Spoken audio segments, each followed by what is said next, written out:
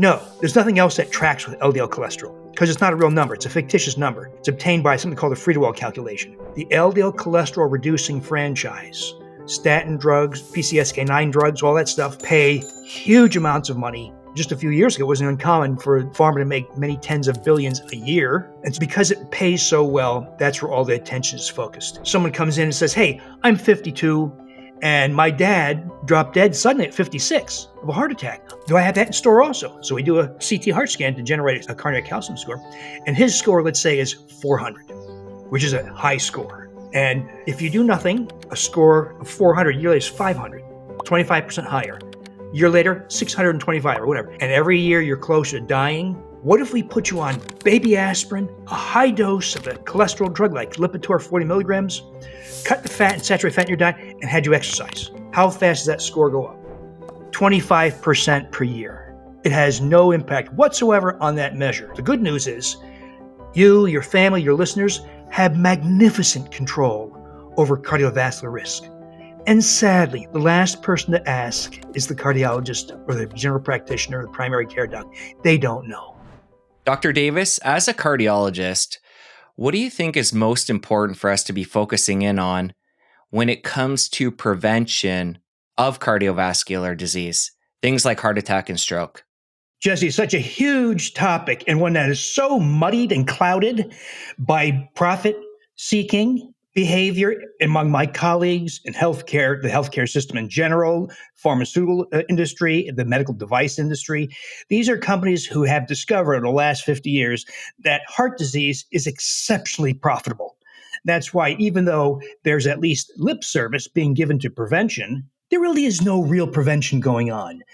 Can you reduce heart disease by reducing your intake of saturated fats or total fat or taking a statin cholesterol drug or taking a baby aspirin or no, it has no material impact on heart disease. That's why it's not uncommon. It's worse in the U.S., of course, where your local hospital adds an $85 million wing for cardiovascular care. Now, wait a minute here. Over 80 million Americans, just in this country alone, 80 million people take statin cholesterol drugs. You would think that heart attack, sudden cardiac death, need for angioplasty, stent implantation, bypass surgery would be slashed. No, it remains the number one source of revenue for the healthcare system and my colleagues. So there's lip service given to the nonsense. The real tragedy just in all this is that while everybody's focused on those things, no one's paying attention to the real causes of heart disease, which are readily identifiable and readily correctable, but practically for free. That's the curse. That's also the blessing, that you can have magnificent control over cardiovascular risk for all those heart events. But the last person you want to ask on how to do this is a cardiologist or your primary care doctor. Unless it's you. Well, I'm generalizing, of course. There are some practitioners who are starting to see the light and say things like, these statin cholesterol drugs hardly really have any much impact at all. Doing things like cutting saturated fat, no, that doesn't work. Following a diet rich in healthy whole grains causes heart disease. So that's the stuff we're dealing with. Well, let's get into a lot of the nuance around this. Somebody who hasn't had a heart event yet or vascular, whether it be heart attack, stroke, or beyond, let's talk about what they can do in the prevention realm to try and stack the odds in their favor to never have to go down that route. So one thing that helps is to take a big, thick black magic marker and cross out your cholesterol values. The nonsense that is the prevailing standard for purporting to reduce cardiovascular or manage cardiovascular risk. Total cholesterol is a worthless value. LDL cholesterol is not even a real value. It's a fictitious value. It's obtained by a calculation, a very crude calculation that's about 70 years old and should have been discarded many years ago. There is a little bit of useful information in a cholesterol panel. The HDL cholesterol and the triglycerides actually do have a little bit of helpfulness, but they're often misinterpreted. So a high triglyceride level is often interpreted as a need for a statin drug, which is absurd. So let's forget those numbers. Let's instead do a better form of testing. This is called lipoprotein testing. That is characterizing, quantifying the particles in the blood, the proteins in the blood that carry not cholesterol, but lipids, fats. Those are called lipoproteins. And you'll see right away, if you start doing lipoprotein testing, not cholesterol testing. So cholesterol testing emerged from 70 years old technology where they tried to, if you separate blood into its various protein fractions and you wanted to count each particle, well, in 1958, that was impossible. So what they did was say, okay, if we can't really quantify all the various fractions of these lipoproteins in the bloodstream, let's choose one thing and measure that thing and use it as an indirect gauge of these particles. We could measure apoprotein B. We could measure apoprotein C3. We could measure triglycerides. Let's use cholesterol.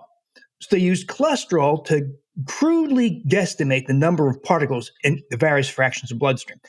Well, so it was known. The people who did this at the NIH, National Institutes of Health, knew this was a crude and indirect way. But over the years, it became construed as cholesterol is the cause of heart disease, and it is not.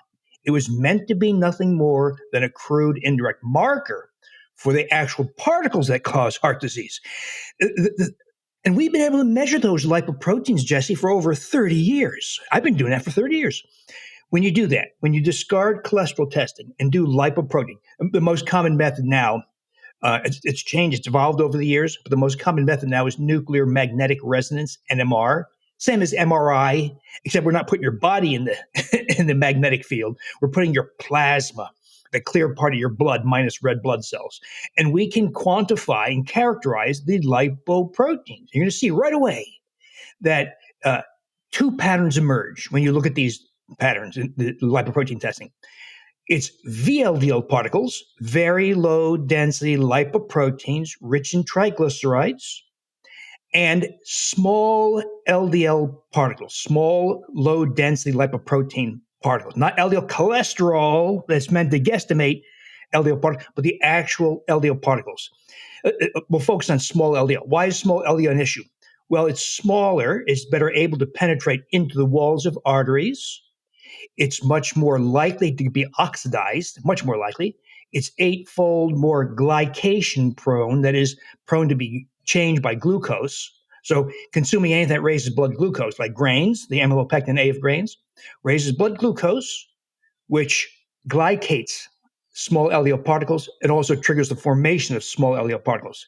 And small LDL particles persist in the bloodstream for about 5 to 7 days, as compared to large LDL particles provoked by consumption of oils and fats, which last 24 hours. So that one slice of pizza or bagel or multigrain bread triggers formation of small LDL particles and increases cardiovascular risk dramatically for about a week. Just that one serving. So people say, I learned this lesson a long time ago. People said they'd start with, let's say, small LDL number of 2,000 nanomoles per liter, particle count per volume. And, okay, we're going to eliminate all wheat and grains. We're going to address nutrients that affect insulin resistance, because that's an amplifier of small LDL. And so someone does this, and he comes back in a few months, and small LDL is dropped from 2,000 to maybe 900. I say it's better, but it's not good. We want close to zero as possible. I said, are you doing the diet and everything? Yes, I am. Are you sure? Well, Friday is my bad day, and I allow myself one slice of pizza every Friday.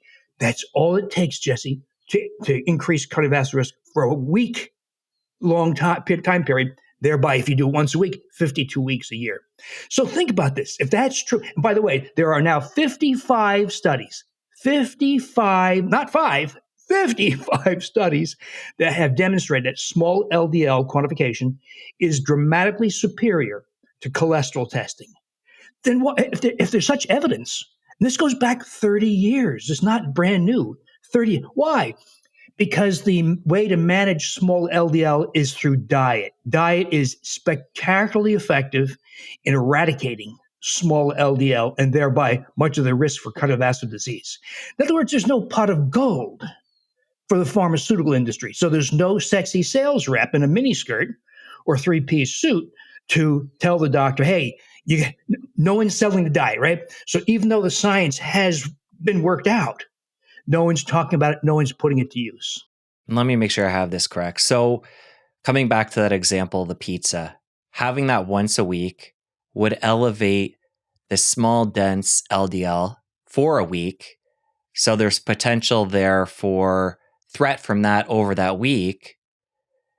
Is there a continuum though for the person that's only having, say, that one piece of pizza on a Friday night versus somebody who is having pizza on a daily basis? Like, talk about that continuum, because we always need to discuss good, better, best, and obviously not good as well. We want to give people the full continuum so they understand, based on decisions they're making with the diet and lifestyle, what the consequences are.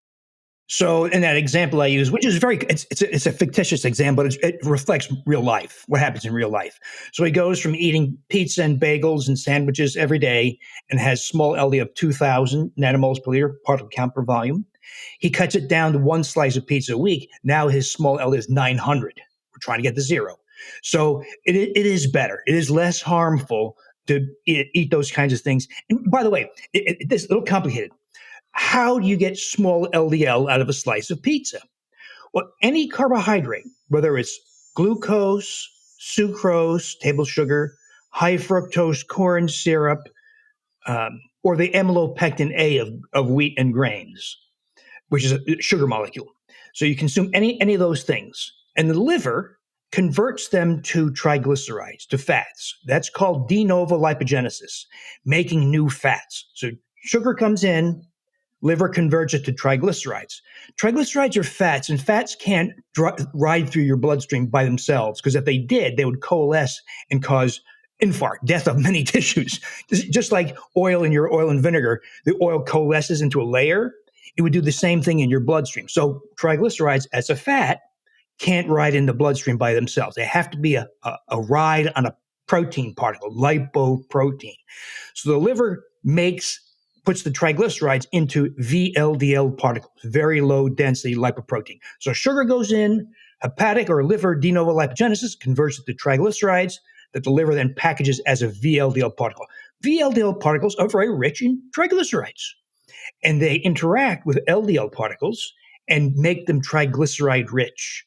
And the LDL particle goes through a series of reactions, enzymatic reactions, that converts it to that small LDL particle. I tell you all that because once you understand that the starting point is not fat, it's not bacon, it's not pork, it's things that the liver converts to triglycerides that create VLDL and that influence the composition of LDL part.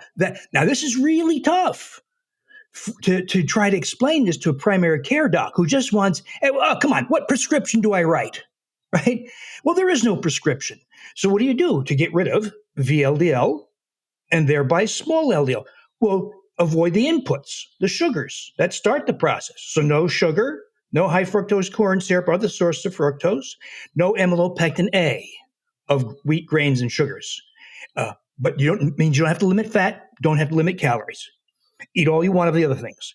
So we limit the input and we address insulin resistance. That's the driver of cardiovascular risk, risk for dementia, breast cancer, type 2 diabetes, et cetera. How do you do that? Well, address nutrient deficiencies common in modern people, not because of the diet, because the way we conduct our lives. So you and I are talking and we're indoors. We're not getting lots of sun all over our body surface area. We don't eat much liver, right? So we need vitamin D. If you want to drink water, you can't drink from the river. It's got sewage. It's got farm runoff and other garbage. It's got PFAS, right? So we have to filter our water. Well, water filtration removes all magnesium. So we need to get magnesium. Iodine. If you live away from the coast, the ocean, you're getting very little iodine in your food, livestock or plants. So you need to supplement iodine. And likewise, most modern people don't eat brain anymore. And we can't eat all the fish we want because it's contaminated with mercury, shellfish with cadmium. So we supplement omega-3 fatty acids. So those four nutrients, when put together, synergize to minimize insulin resistance. Insulin resistance is an amplifier of that liver de novo lipogenesis that makes VLDL and small LDL. So we're going to turn off insulin resistance. And by doing so, you also turn down inflammation. And one of the effects of this lifestyle is a reduction in abdominal visceral fat encircling abdominal organs. That is a major source for inflammation and insulin resistance. So we put this all together, and you have magnificent control over cardiovascular risk. And then more recently, we've added some strategies to manage this disrupted gastrointestinal microbiome, because that's also a driver of insulin resistance and thereby VLDL and small LDL. So, but put that all together. Now, imagine getting this from your primary care doc or the cardiologist. You're not. You're not going to get it from them. It's too much to understand and learn. Two, there's no money in it. And so this is why I scream and yell, because I see people paying all kinds of money. I have colleagues making millions of dollars a year by doing the wrong thing. And by the way, often doing procedures that are unnecessary often. That's very, very common. Cardiology, gastroenterology, and the surgical specialties are among the most corrupt specialties there are because of the money involved. If you're enjoying this episode, take a second and let me know by clicking like and subscribe below. Thank you so much, and now back to the show. Let's go over those 4 supplements again. Vitamin D, magnesium, iodine. What was the 4th one? And omega-3 fatty acids. Okay, let's start with iodine. This is a controversial one. A lot of people are scared to take it, including myself at different points in my health journey. Talk about why we shouldn't be afraid and how much we need to get. Can we get that all from food? If we're supplementing, how much? Basically, all things iodine. Iodine is endlessly fascinating, Jesse. Iodine deficiency has been a plague on the human species ever since we've walked this planet, millions of years. If you go to Rome or Paris and go to the museums and see the artwork and statues, you'll see that a lot of them have goiters.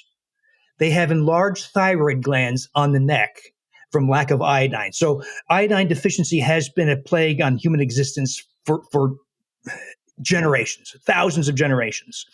Well, it's become clear that iodine is concentrated in the ocean and thereby in seafood, shellfish, and plants that come from the sea. So people who live coastally and fish, maybe add seaweed, like they do, say, in Japan or coastal China, there's almost no goiters. There's no iodine deficiency. In some parts of Japan, there's actually iodine toxicity. On the island of Hokkaido, for instance, where they eat a specific species of kelp, seaweed, and they get about 30,000 micrograms. The RDA for iodine is 150 micrograms per day for an adult. So they're getting 30,000 micrograms, and they have terrible problems with iodine toxicity, which is experienced as hypothyroidism. Your thyroid gland turns off. And so that's the opposite. But people who live coastally tend not to have a problem with iodine because livestock that graze on, say, grasses or eat other creatures that consume seafood and seaweed, they have iodine in their ecosystem. It's when you move into the interior, like the Midwest in the U.S. or the central provinces of Canada or the Highland Mountains of Western Europe. This is where there's a lot of problems with iodine.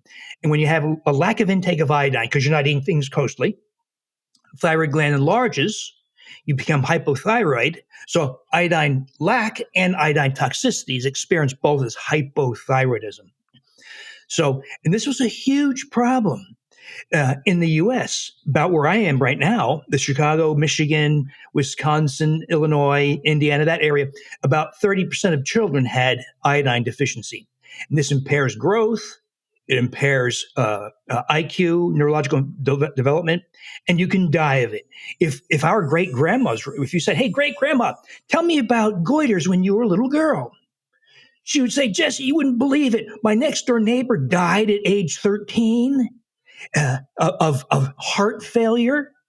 My teacher had a goiter so big she had to wear a special device to carry her thyroid gland goiter." I mean, this was a horrible problem.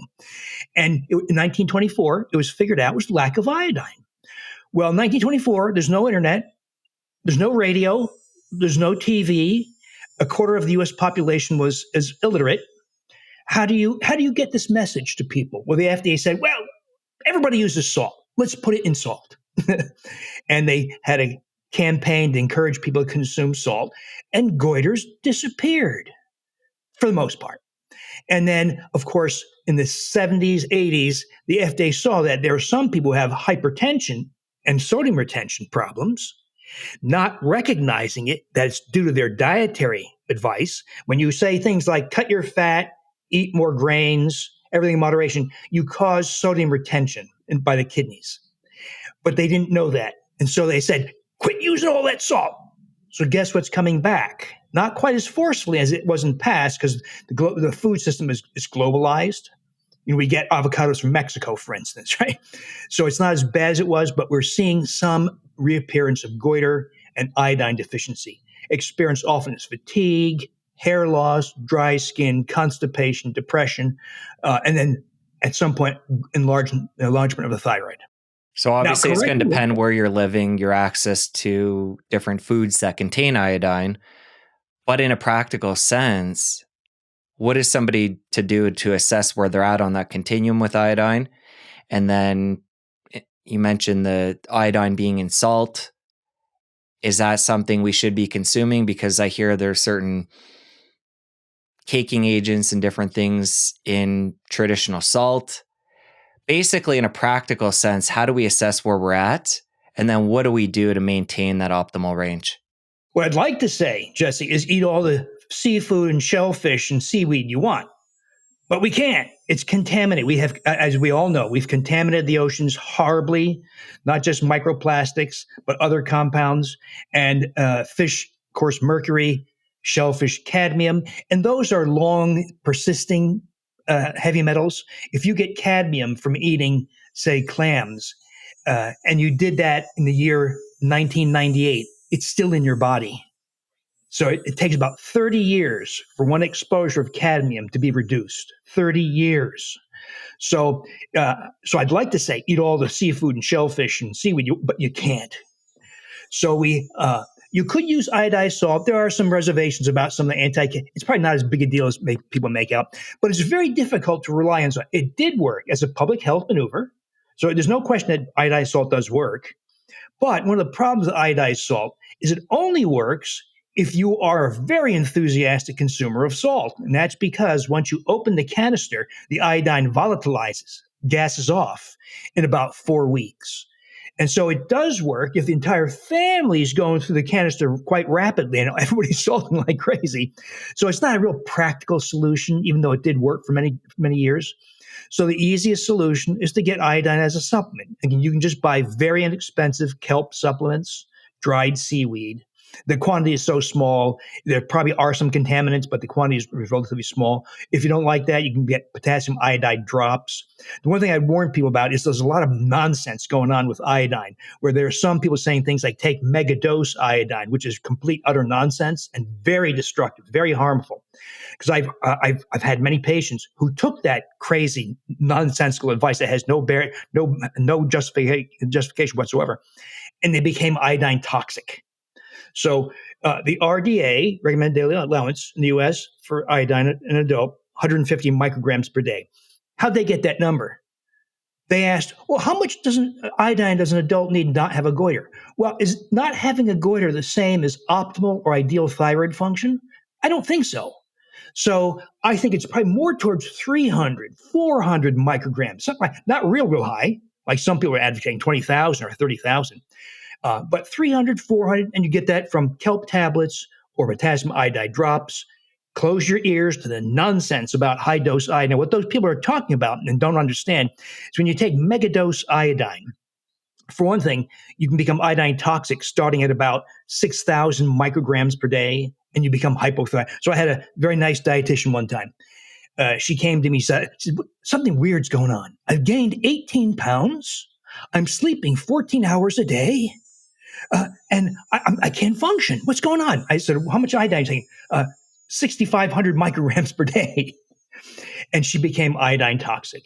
Her TSH, that's the primary thyroid test, ideally is about 2.0 microunits or less. The higher the TSH, the more hypothyroid you are. Hers was 18. So she had made herself hypothyroid from a dose of iodine of 65. This happens all the time. So why are those people making claims like megadose iodine cures cancer or diabetes? What they're doing is they're taking a dose of iodine that exceeds your gastrointestinal capacity for iodine absorption, and it thereby has an antimicrobial effect. Like, so when you were a kid and you skin your knee, what did mom put on your knee? Iodine. It's an antimicrobial. So you take a megadose. What they're doing inadvertently is treating SIBO. or at least colonic dysbiosis. That is the infestation of the small intestine with fecal microbes, which is extremely common. It's everywhere. Even though it's not talked about, it's everywhere. And that's what they're doing, not recognizing that they're inadvertently treating SIBO. You went exactly where I was going to go. The fact if it's antimicrobial, taking those high doses in, you're a big advocate and proponent of optimizing our gut microbiome. It's not just one input, one output. I mean, we have to consider all the different facets to doing something like that. And the microbiome, get into more of the detail, how that would impact that. So we have a problem, Jesse, a huge problem, the worst epidemic in the history of our species on this planet. And that is the ascent of fecal microbes that are supposed to stay in the colon. The colon is very happy with fecal microbes. E. coli, Salmonella, Pseudomonas, Proteus, Campylobacter, Citrobacter. These are fecal microbes. When you pass your number 2 in the toilet, you just passed out a whole bunch of fecal microbes, a lot of them.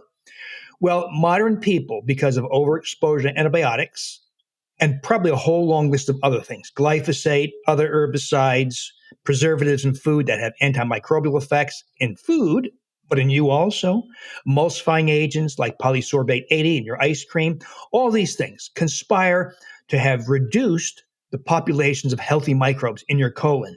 Well, healthy microbes help suppress those fecal microbes. So when you lose hundreds of species, trillions of healthy microbes, those fecal microbes overproliferate. And then remarkably, they have the capacity to ascend into the small intestine, the 24 feet of small intestine. So now many people have a total of 30 feet, 24 feet, small intestine, 4 to 5 feet colon, of fecal microbes. Well, those fecal microbes only live for a few hours. When they die, they release some of their toxic components, such as endotoxin, that is crossed into the bloodstream. Small intestine is very permeable. That's where we absorb nutrients. So endotoxin from fecal microbes enters the bloodstream, endotoxemia, and that drives, for instance, insulin resistance, hepatic de novo lipogenesis, amplifies small LDL. So endotoxemia from SIBO, major cardiovascular risk. But it also does things like drive weight gain, especially in the abdomen, high blood pressure, risk for dementia, cognitive impairment, rosacea, psoriasis, eczema, depression, anxiety, fibromyalgia, sleep apnea. It's either a exaggerating and amplifying agent or initiating factor in literally hundreds, if not thousands, of modern health conditions, not being addressed by most doctors because the treatment, there's no money to make from it. I've actually had conversations with gastroenterologists. I once had a conversation with an MD, PhD, gastroenterologist, and PhD in biochemistry. So pretty smart guy, right? And I said, hey, how are you managing? I'm testing his knowledge. How are you managing SIBO? Oh, I don't. Why not? I just, if they have a question, I just say, go back to your primary care. Primary care doesn't know what SIBO is, has no idea what to do about it, or very, very few do. And so what I see is broad neglect.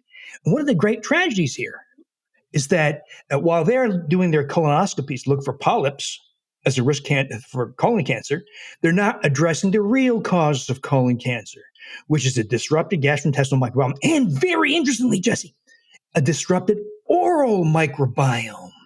The science has gotten very strong that if you have bleeding gums, gingivitis, or periodontitis, that allows the proliferation of a species called Fusobacterium nucleatum that then enters the bloodstream when you floss or brush and colonize the colon, where it grows a colon cancer.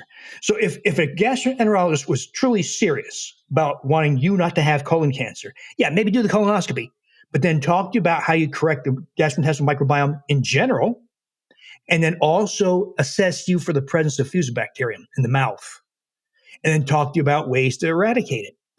So you can see that a lot of this stuff, the science is progressing bits and pieces from a variety of directions, but it's not being incorporated into common practice. Now, if I could charge you $3,000 to get rid of your Fusobacterium, they'd be first in line to do it. Let's come back to our iodine. Somebody taking a high dose of that orally, Talk more about what that would do to the microbiome. It sounds like it would lead to SIBO and I'm sure other things. But for people that are taking those mega doses with the antimicrobial effect of that, what's happening down there? So when you have SIBO, you have trillions, literally trillions of microbes in 30 feet of gastrointestinal tract: colon, ileum, jejunum, duodenum, stomach, and esophagus, and mouth probably also. What if I took a broad spectrum couple of antibiotics, like let's say vancomycin with clarithromycin, very broad spectrum? Well, I would get rid of SIBO for a few weeks to months because they kill everything. They kill good microbes, they kill unhealthy microbes, and you would feel a little bit better for a few weeks to months. That's what iodine is. It's a broad, indiscriminate antimicrobial. So you're going to kill off all those fecal microbes in the small intestine, and you'll say things like, oh, my fibromyalgia doesn't hurt as badly. My psoriasis seems to be receding for a few weeks. Because killing things off does not mean good things will return. It usually means because you lost good microbes as well as bad microbes, and good microbes suppress bad microbes. So they all come back. Some of the good, but lots of the bad comes back. So all you've done is applied a temporary Band-Aid, because the effort to rebuild them, this is a work in progress, Jesse. I don't have all the answers on how to rebuild a healthy microbiome, but the answers are clarifying gradually. And there are steps you can take to recolonize with healthy microbes. All right, I'm sure we're going to get more into the microbiome later, but I want to stay with the supplements, the 4 that you talked about. And we've went into iodine. Let's move into the omega-3s and what you recommend for somebody dietary-wise and or supplements to get into that range that's healthy. I think the clearest perspective on an adequate intake of omega-3 fatty acids, the EPA and DHA, is a measure called RBC omega-3 index. This came out about 15 years ago or so. All it is a measure of what proportion of fatty acids in the cell membrane is composed of omega-3s, because they're a component of the cell membrane and all throughout your body. But we measure it specifically in the red blood cells as a surrogate for other body cells. So the average American's RBC omega-3 index is about 2.3%. That is, about 2.3% of all fatty acids in the cell membrane are the omega-3s. People who eat a lot of fish can get up to 3.7, 4.0, something like that. And the evidence tells us this, though. If you get to 6% or higher, the risk of sudden cardiac death drops off precipitously. If you get to 10%, risk for heart attack, myocardial infarction, and dementia drops off precipitously. So we've been aiming for about 10%. And so years ago, we measured everybody's RBC omega-3 index and tried to get to 10%. But what I found was if people were getting in the vicinity of 3,000 milligrams to 3,600 milligrams of the combination of EPA and DHA, they would almost always get around 10%. So I stopped measuring it just to, not to incur costs. Because if people took that dose of omega-3s. Now, the real way to get omega-3 is to eat brain and fish and shellfish. Well, no modern people want to eat brain anymore. You could. There are some risks nowadays, though, of what are called prion diseases, like mad cow disease, because of some crazy farming practices. So most people don't want to, and it may not be as safe as it used to be, and eating a lot of fish and shellfish, but we can, once again, right? Mercury and cadmium. So taking fish oil is just a convenient and safe workaround. It's not ideal, but it's a workaround for all the problems that humans have caused on the planet. I've heard some concern about rancidity when it comes to fish oil. I think it's the fact that they oxidize so easily. How do you feel about that? And is there a specific brand you can recommend that's immune to that? This used to be a big problem. Up until maybe 10 years ago, you could go to the pharmacy and you'd open the container and it stunk like dead fish. So oxidized omega-3s stink like dead fish. That's why dead fish stink. But since then, most companies have cleaned up. And so, for instance, there used to be I had a good friend who lived in Halifax, Nova Scotia, and he started a company called, what was it called back then? I think it was called Ascenta. He sold his company since. But what they would do, and a lot of companies have adopted this, is they would not allow the omega-3s to be exposed to air, to oxygen. The whole thing was prepared and encapsulated in nitrogen gas, so that you can't get oxidation in nitrogen gas, right? And so they have taken precautions. And then we have services like Consumer Lab that tests fish oil and other products for potency, contamination, et cetera. And very few brands now have a lot of oxidation. You can consult with Consumer Labs, it's a subscription service, or do a very simple thing, smell it. If your fish oil stinks, don't take it. Change your brand. You want as least fish. It's going to smell a little bit fishy, but it should be a very kind of minimally unpleasant fishiness. Or you could go to triglyceride form. That is, when you eat fish, you're getting the triglyceride form, 3 fatty acids on a glycerol backbone. When they process fish oil, they process it in ethanol and alcohol, and it breaks off those 3 fatty acids. So we call those ethyl esters because they replace the glycerol backbone with an OH group. So that's what most fish oil is. But you can also buy fish oil where the triglyceride form is reconstituted onto a glycerol backbone once again. And it's more expensive, it's less fishy, and that way it's usually liquid. You take it by the tablespoon or so, and you refrigerate it to minimize oxidation. So oxidation used to be a problem. There are times in years past where you open it, it was so disgusting you couldn't take it. That's pretty much gone by now, but use smell as your index. Good to know they've figured that out. And I think the dosage you recommended was 3,000 milligrams of EPA DHA in combo. Do you lean more towards more EPA or DHA? I know a lot of these supplements now, you can get high DHA, high EPA, or do you just like something that's a balance of the two? Whenever in doubt, I say do how it occurs in nature. And fish oil usually occurs in an EPA to DHA ratio of 3-2. Most, not always, but most. Now, here's a question. So it's DHA that provides cognitive benefits. The science is pretty good. There's a lot of sketchy science in the world of cognitive impairment and dementia, but the evidence in favor of DHA inclusion in a diet is quite good. It actually has been shown to slow or prevent cognitive impairment in the earliest phase. You got to do it preventively. Once you have established dementia, it doesn't do anything, but it's very good at preventing. That's the DHA. The EPA does not play a big role because the brain is mostly DHA. But there's also 2 pieces of evidence that show that EPA has substantial cardiovascular benefits. There's the JELIS trial, JELIS from Japan, 19,000 participants, and EPA added to a fish-rich diet, seafood-rich diet in Japan, had additional benefits. And then we have this bit confusing Vascepa study. That's the drug that the drug industry came out and tried to pretend that EPA is a drug. It's not a drug. It's an oil. But they did a big study that showed that 4,000 milligrams of EPA specifically reduced cardiovascular events by 25%. And so there is good evidence that EPA is necessary. So I wouldn't get rid of one or the other. Now, here's the stupidity of Vascepa. If you take Vascepa, pure EPA, 4,000 milligrams per day, but you want to prevent dementia, you have to take fish oil to get the DHA. But it's illustrative of the nonsense that comes from the pharmaceutical industry. And my colleagues who say, oh, it's a prescription, it must therefore be superior. And you can actually see this in the marketing. You can't get Vascepa in a health food store. That's their marketing pitch. Did I have that number right? The 3,000 milligrams of the EPA DHA, the combo of the 2? Is that your recommended daily dose? Yeah. The only exception to that is there's a genetic pattern called lipoprotein A.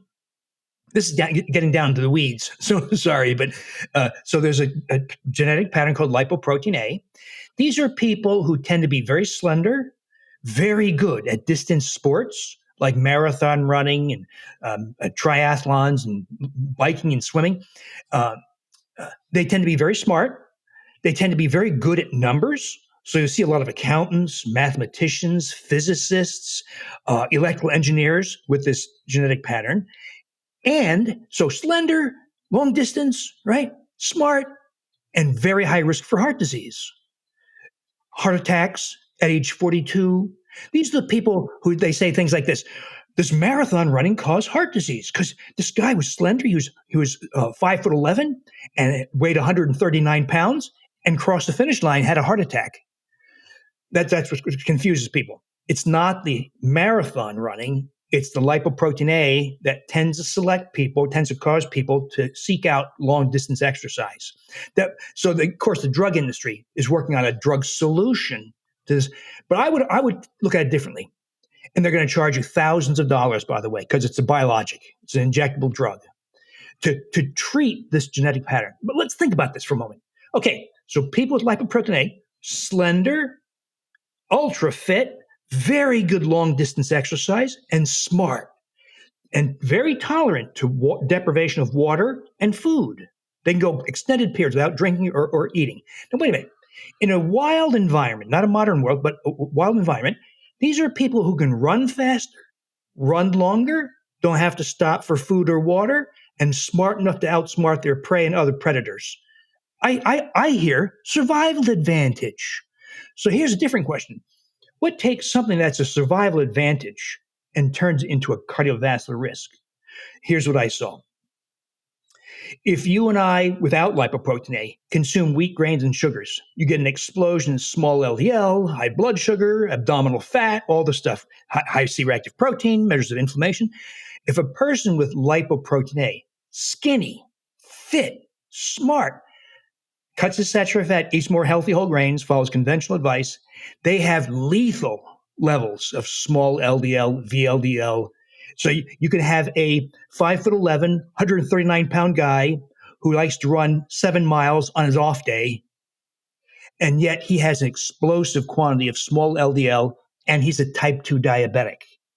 So they're as prone, but more so, to all the bad things that are being advocated in diet. I tell you all this because the only thing I found that works for reducing we say atherogenicity, or the heart disease causing potential of that gene, is high dose fish oil, based on an old study called the Lugalawa study in Africa. There are 2 tribes of the Bantus that are genetically related, but one lives right along this lake that is teeming with fish. So they have a very fish-rich diet, breakfast, lunch, dinner. An inland population, but related, they intermarry, lives too far, just a few miles, but too far to go every day for fish. So they eat very little fish, but they have the same genes for lipoprotein A. Well, the fish-eating population, their lipoprotein A molecule was much less likely to cause heart disease, and they got about 5,000 milligrams of EPA and DHA per day.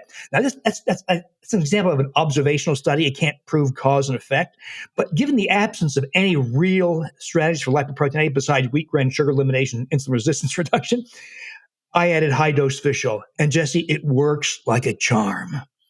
It stops heart disease risk in the context of all those other things, too.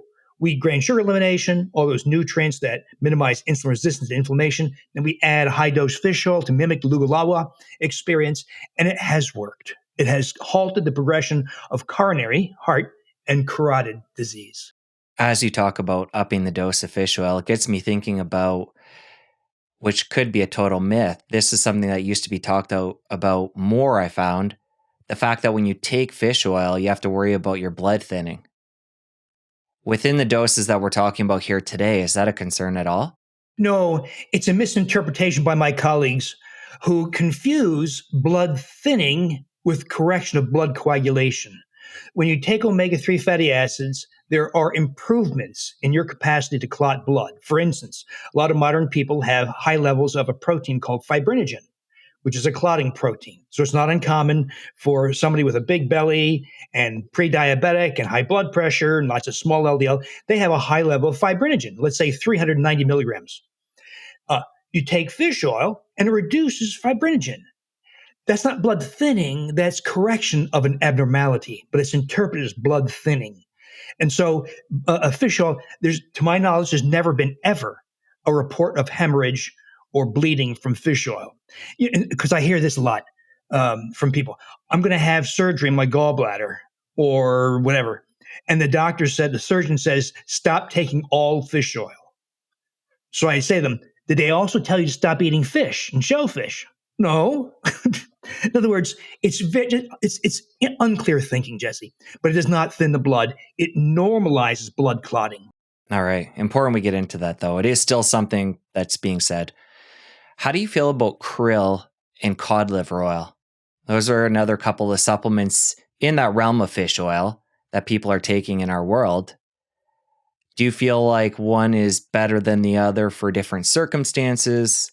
Do you know a lot about the latter two? Yeah, so krill, there's nothing wrong with krill oil, and there's some advantages in it. The problem with krill oil is that the people who manufacture it and sell it are guilty of mass misinformation, of spreading misinformation. One of the things they say, for instance, is krill oil is 40 times more potent than fish oil. That is complete nonsense. What they're referring to is the astaxanthin component, a carotenoid, in the krill oil has antioxidative properties. What's in fish that's antioxidative? Nothing. That doesn't have an antioxidant. And so to say, it's like saying, Jesse has an apple farm and I have an orange farm. And I say, my orange farm makes better oranges than your apple farm. You can't compare them. They're unrelated. So that's one issue, the false marketing of the krill oil industry. Now, the good news is there is EPA and DHA in krill oil, but at such small quantities that you have to literally take the entire bottle every day to achieve that 10% RBC omega-3 index level. So it's an impracticality. It does have astaxanthin. I'm a big fan of astaxanthin. So that's great. Astaxanthin has great effects on body composition, body shape. It reduces your waist size. It has fabulous effects as an anti-inflammatory, but take it for the right reasons. Take it if you want to have better skin or better joint health, or reduce inflammation, or reduce abdominal visceral fat. But to replace fish oil with krill oil means you've fallen victim to the false marketing of the krill oil industry. The cod liver oil is nothing wrong with cod liver oil, except that there tends to be a contaminant. There was a lawsuit in California some years back because a lot of cod liver oil is contaminated by PCBs. That's what it was, polychlorinated biphenyls. I don't know if that issue has been fixed.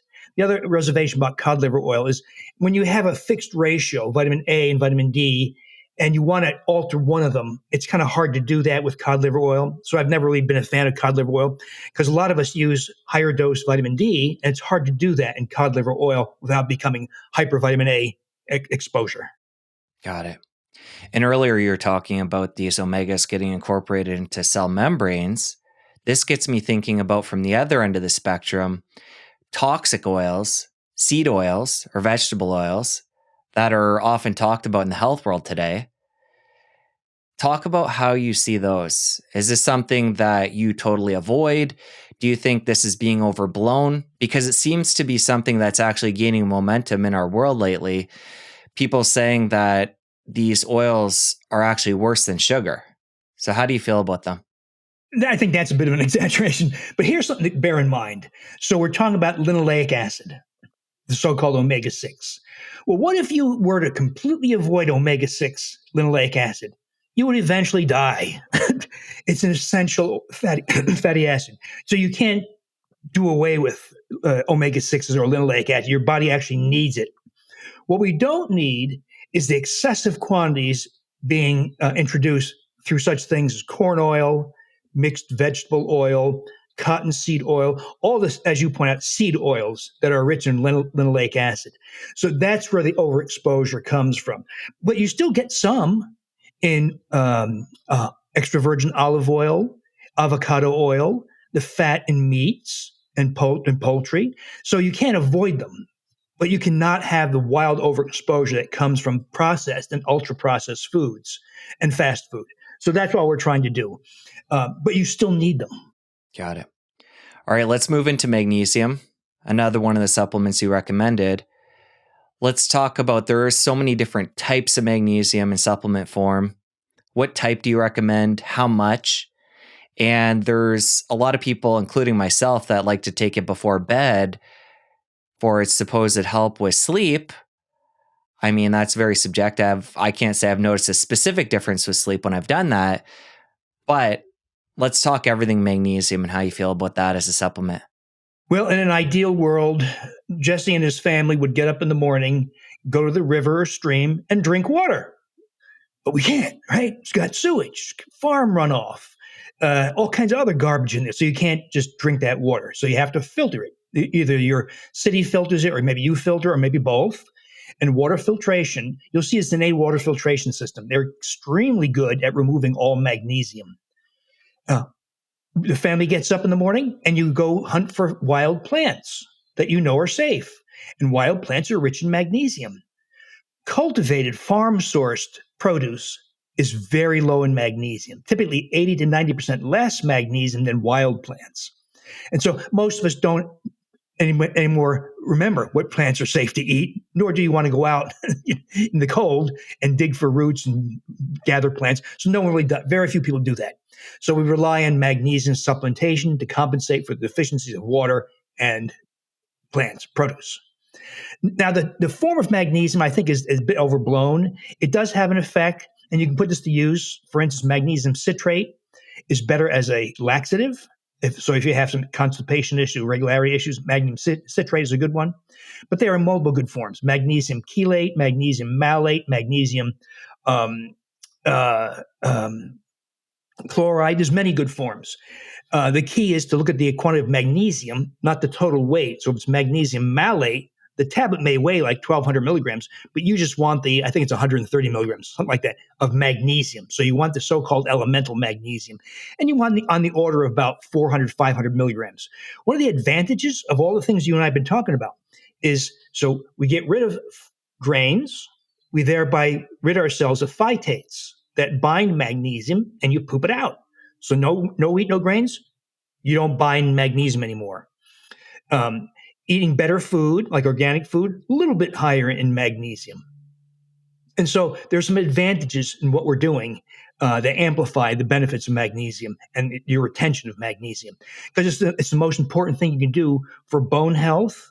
Magnesium, major constituent of your bones. It's also a major player in heart rhythms and blood pressure. In my cardiology days, we'd have people on diuretics. People would be taking chlorothalidone or hydrochlorothiazide or Lasix, furosemide, or others. And those diuretics cause massive loss of magnesium and potassium too. And people would come in cardiac arrest, literally. Or they'd be in the hospital for some other reason and they'd have a cardiac arrest. They'd have a very unstable heart rhythm. It's called torsade de pointes. Or ventricular tachycardia. These are very dangerous heart rhythms that are fatal, often fatal. Well, if somebody has that, you, as quickly as possible, give them intravenous magnesium, in this case, magnesium sulfate. You can give megadose because there's no diarrhea. Oral magnesium gives you diarrhea, but you can give megadose intravenous because it doesn't go through the gastrointestinal tract. And you turn off those rhythms like that. Think about that. So magnesium, a lack of magnesium can be life-threatening. How about pregnant ladies? If a woman has preeclampsia or eclampsia and is at risk for seizures and losing the baby and dying, what's the first treatment? Intravenous magnesium. How about a person with really bad migraine headaches? So bad they go to the ER for painkiller medication and other meds. What's one of the first things they do? Intravenous magnesium. So what the healthcare system is good at doing is giving you acute urgent care. They suck at the long-term healthy practice. What they should have done in all those situations is say, okay, we'll take care of the acute deficiency now, but you need to be aware that you should take magnesium in some form, magnesium malate, chelate, whatever, every day so that this doesn't happen again. But that conversation almost never happens. And do you find the timing of day really matters with magnesium? Coming back to taking it at night to help with sleep, is that something you do or have found with others that it's helpful? Some people do. I'd say maybe a third to a half of people will say that same thing you're saying. That is, they take magnesium at night, or if they take it in the daytime, it makes them too sleepy. So it can be useful I don't understand why, but it does seem to apply to a lot of people. Let's move into vitamin D and cross the fourth supplement off our list here. And obviously we can get vitamin D from getting proper sunshine. How do we, with that variable, obviously getting things in the natural form, like through the sun or through food, is preferable, and at least in our world. How does somebody know? Obviously, we can get tested and see what our vitamin D level is, but in a general sense, how does somebody know how to balance that out with getting sunshine when they can, taking a supplement, and then coming back to what we talked about before, the RDA versus an optimal dose of vitamin D to thrive? A lot to unpack, right? So, several things to know. So, vitamin D is activated by exposure of the skin, of course, to sunlight. Well, a lot of us live at a latitude that the sun is too weak much of the year. You're like me; you work indoors, so it's bright and sunny where I am in suburban Chicago. But I'm not getting any vitamin D. And then when we go outside, you're a law-abiding citizen. You wear clothes, so a lot of your surface area is covered. And we start to lose the capacity to activate vitamin D in the skin, typically after age 40. You start to really, so this used to happen in my practice, for instance. These snowbirds, this is when I was living in Milwaukee, Wisconsin, people would come back and I'd say, let's check your vitamin D. They said, no, doc, no, look at me. And they show me their dark brown tan, right? And we check their vitamin D, it'd be 15, severe deficiency. So, and these are people in their 70s typically. And so a lot of things to factor in. Ideally, you and I would spend our days outside in a Speedo bathing suit and get lots of vitamin D. By the way, kids who do that in a tropical climate, let's say you're a lifeguard in Honolulu, you would have a 25 hydroxy vitamin D, that's the blood test, of about 89, 85, 91, around there. Now, that's naturally obtained and physiologic. So that gives us a little bit of guidance at what is safe and what's not safe. So no one has problems from vitamin D being a lifeguard in Honolulu. What other guidance do we have on what constitutes a healthy level of vitamin D? Well, one of the good things to be aware of is when you have lack of calcium in your bloodstream. Calcium is very critical. If you have low calcium, you can have seizures and die, have heart rhythm disorder and die. So the body maintains blood calcium very tightly, in a very tight range. Well, it does so by the parathyroid gland. Parathyroid, next to the thyroid, little four of them right here. And it produces a hormone called parathyroid hormone, or PTH. So when blood calcium goes down a little bit, your parathyroid release more PTH to extract calcium from your bones, which is not good, because if you do that too often, you get bone thinning and fractures. So at what level of 25 hydroxy vitamin D is PTH maximally suppressed? About 55 nanograms per milliliter, telling us that it's that range where you have maximum bone health preservation. Another perspective, if we took thousands and thousands of people and measured their 25 hydroxy vitamin D level and then watched them have cancer or not have cancer, at what level does the incidence, this is observational, so it's not real solid, but at what level of 25 hydroxy vitamin D does risk for cancer plummet? Ovarian, uterine, prostate, breast, 50 nanograms per milliliter. What does the lab say is the reference range that your doctor interprets as the normal range? Typically 10 to 30. Why do they say that? It used to be 10 to 20, by the way. Well, here's what they do. They take a random population and they measure their 25 hydroxy vitamin D. We now know that the majority of people are deficient. So they take a population deficient and define normal from this deficient population. The easiest analogy is a story I often tell. So Jesse says to me, hey, what's the average weight of a woman in Chicago? So I say, well, I'm not sure. Let's get a scale and let's go to the nearest mall. And every woman walks by, we say, ma'am, could we weigh you? And we weigh 1,000 women, right? 1,000 people later, we tally it up. And I say, okay, Jesse, look at this. The average woman weighs 176 pounds, plus or minus 25 pounds, 2 standard deviations. Should we interpret that as normal or ideal? Of course not. So if we measure weight in obese or overweight population, we're going to get this weird skewed number. That's what they did with vitamin D. So And this is true, by the way, for not all, but many laboratory values. They're quoting values obtained, reference ranges obtained from a diseased population. And so we don't pay attention to what the lab says about reference range. So what I've been doing is aiming for around 60 to 70 nanograms per milliliter. And I've never seen any evidence of toxicity doing that. Come back to calcium. You talked about how the body is regulating that within a really narrow range. That, like iodine, is another one of those controversial supplements. Most people saying to stay away from them. How do you feel about supplementing with calcium? And then we'll go from there. Well, several things to be aware of. So if your listeners are wheat and grain free, they've eliminated the phytates that bind calcium and other positively charged minerals like magnesium. So you get rid of the phytates, because when you eat a burger with a bun or a sandwich or a bagel or whatever, pretzels, the phytates in the grains bind the calcium and you poop it out. You don't absorb it.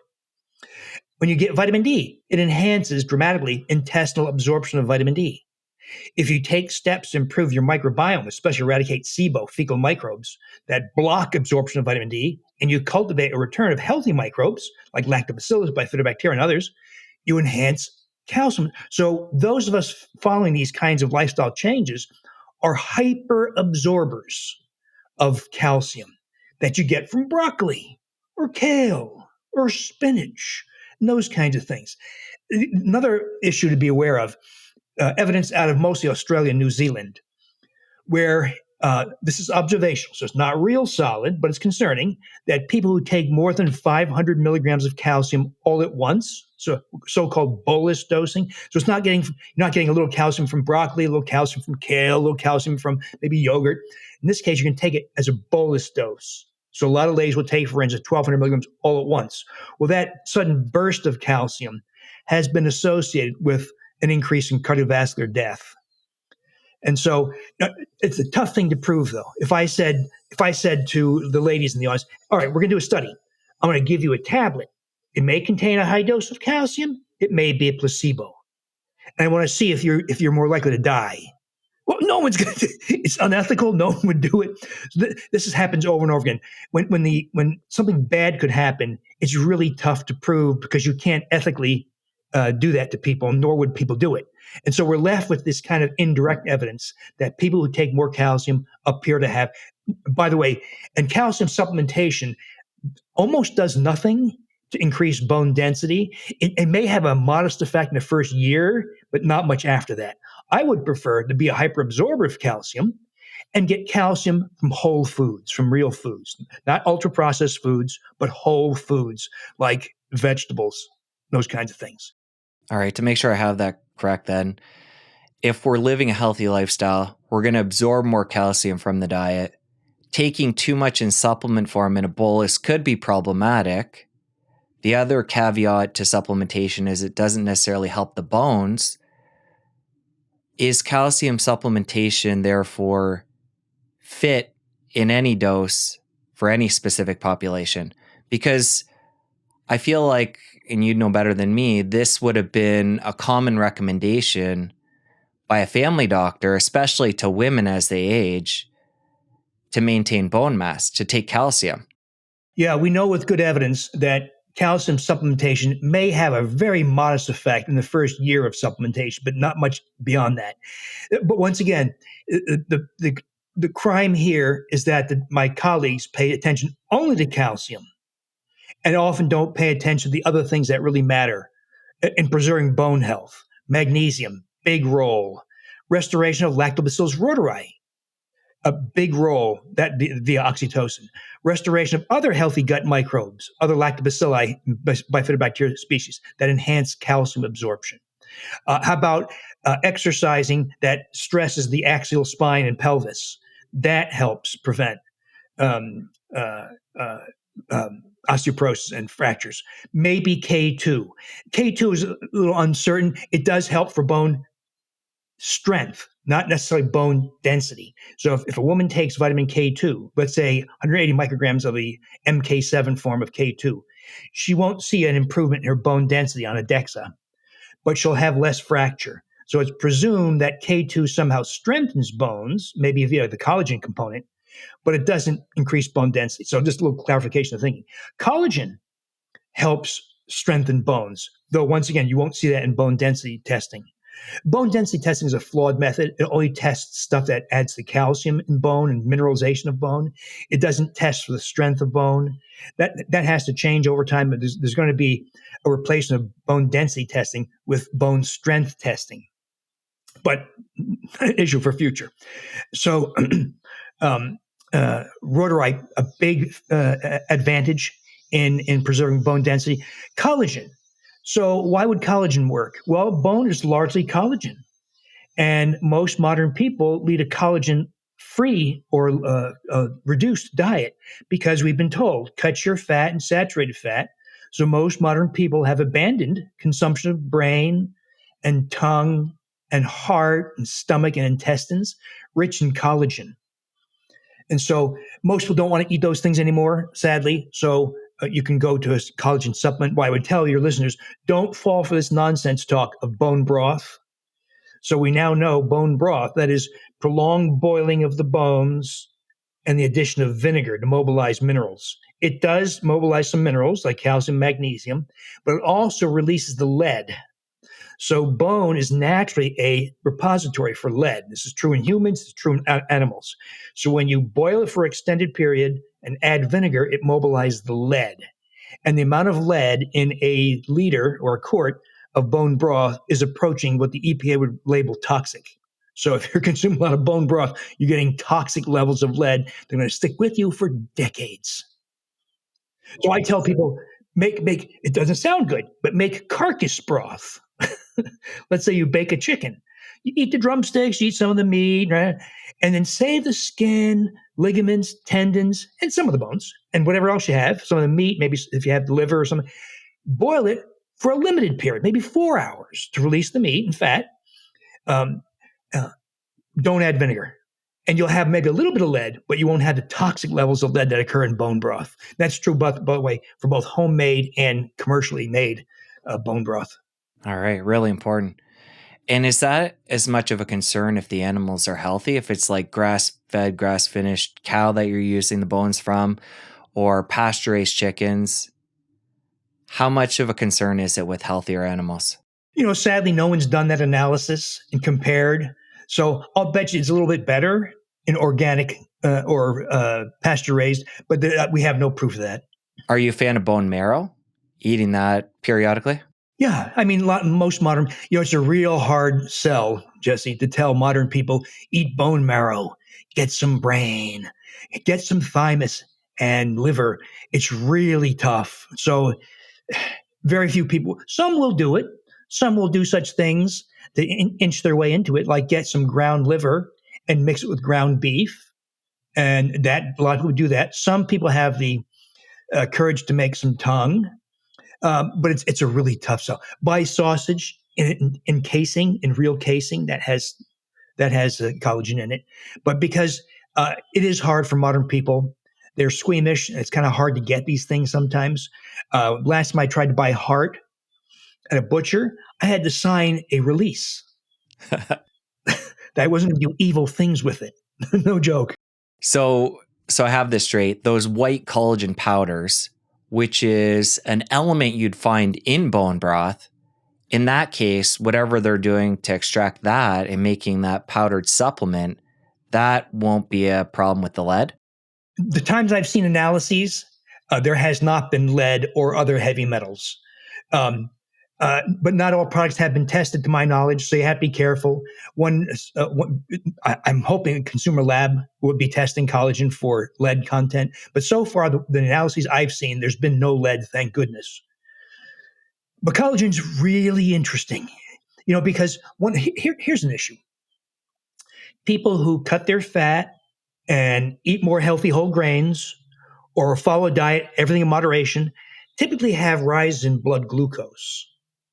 So, typical story. Someone has a bowl of oatmeal, organic stone ground oatmeal in skim milk, no added sugar, maybe a handful of blueberries, whatever. Their blood glucose goes from 90 to 155. Every time blood glucose exceeds 100, you glycate proteins irreversibly. And one of the features of collagen in the body is very glycation prone. So every time your blood glucose from the bowl of ice cream or oatmeal or sandwich on whole wheat bread, your blood glucose goes above 100, you glycate the proteins, but especially collagen. In your skin, you have acceleration of skin aging. Because when you glycate collagen, it cross links and then fragments. And then your body reabsorbs the collagen. And you get ladies get very concerned about this because they get dermal thinning and they get wrinkles. So anytime blood glucose exceeds 100, you're causing accelerated skin aging. You also glycate the collagen in joints. The cartilage is mostly collagen. It's about 70% collagen. So you glycate the collagen in your knees and hips, and joint cartilage becomes brittle, breaks down, and you get arthritis, and eventually bone-on-bone arthritis.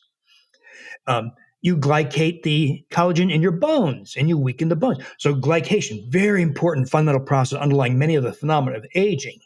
Every time blood glucose exceeds 100, but it becomes very important in collagen. So glycation is irreversible. You can't undo it. One of the great things is you can replace the collagen that was glycated by getting collagen. So we know with good evidence, including our own clinical trial, that when you ingest collagen, you increase dermal collagen, joint collagen, brain collagen, heart collagen, arterial collagen. So it's one of the occasional times that people are given a chance for a do-over. How do you feel about all the different types of collagen? If we really want to get in the weeds here, there's different types from different animals, different parts of animals. I know I've seen a supplement that had a number of different types within the powder that was contained there. How do you feel about that? Is there certain types to look out for, or is this just becoming, is this too much for the average person and we don't need to go that far? It's nonsense, Jesse. So people say things like, oh, our collagen is type 1, type 3, and type 4. Well, it doesn't matter because people say things like this. Well, type 1 collagen is important for joints, so we're going to give you type 1 collagen. That's not how it works. So here's what really happens. You consume collagen, you break it down into both single amino acids, as you do when you eat an egg or a piece of beef, but there are also unique sequences in collagen. These are so-called di- and tripeptide sequences, 2 and 3 amino acid long sequences, such as the glyprohip, glycine, proline, hydroxyproline. That tripeptide is resistant to human digestion. We don't have the enzymes to break that sequence down. So single amino acids and di- and tripeptides. And most of the di- and tripeptides that remain intact that go, for instance, to the skin, where they trigger the formation of collagen. So it's not that collagen here goes to the joint or the skin, it's the di- and tripeptides. So the greater the content of the di- and tripeptides, those sequences, the better the results of the collagen at lower doses. I point that out because if someone wants to take collagen, bovine, porcine, or chicken sources, the effective dose is typically 20 grams. It's pretty hefty dose. But if you get a marine sourced, it can be effective at a lower dose. But it varies because marine is not one thing, right? It could be a bony fish, could be a cartilaginous fish. They could have included the scales. So marine collagen is very variable, but there's evidence to suggest that marine sourced collagen is roughly the same effectiveness at a dose between 500 and 2,500 milligrams. So much lower dose, about a tenth of the dose. But one of the problems we have in marine sourced is if you buy, let's say your wife buys a canister of marine sourced collagen, in order to know what the dose is, we have to know what fish it came from. If it came from tilapia, if it came from haddock, if it came from shark. So, and if you call the retailer, the manufacturer, they'll typically say, we can't tell you, it's proprietary. So I know because I talk to the manufacturers. So for instance, in one of the things I created, we source our collagen from a Japanese company called Nita Wellnex, and they have evidence, several studies to show that a dose of 1,500, 2,500 milligrams, so much less than the 20,000 milligrams, 20 grams of bovine, we know that that lower dose is effective. And I'm aware of that because we wanted to put it in a capsule form. You can't put bovine collagen in a capsule. You can, but you won't get enough. You can't put 20 grams, a big scoop, into capsule form, but you can do it with marine source collagen. How do you feel about gelatin? My wife and kids like to make these gummies, very simple ingredients using gelatin, and they're delicious. They become pretty solidified. And how do you feel about that in relation to collagen? Gelatin is great. It also is a source of collagen. Unfortunately, no one's done a head-to-head comparison to see if one is better than the other, but it's a perfectly fine and safe thing to do. I just don't know if it'll generate the same kind of effects that collagen will.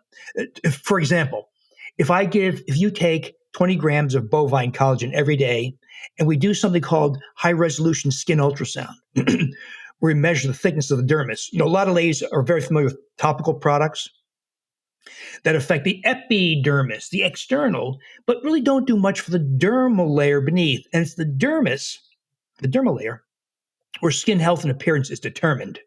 Dermal layer is living and very active, epidermis largely dead.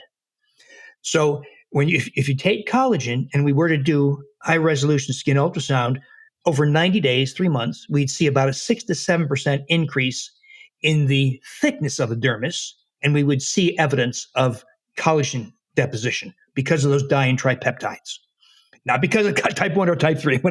So now, when you combine that with rhodori, Lactobacillus rhodori, my favorite microbe in the world, and collagen, and we do hyaluronic acid.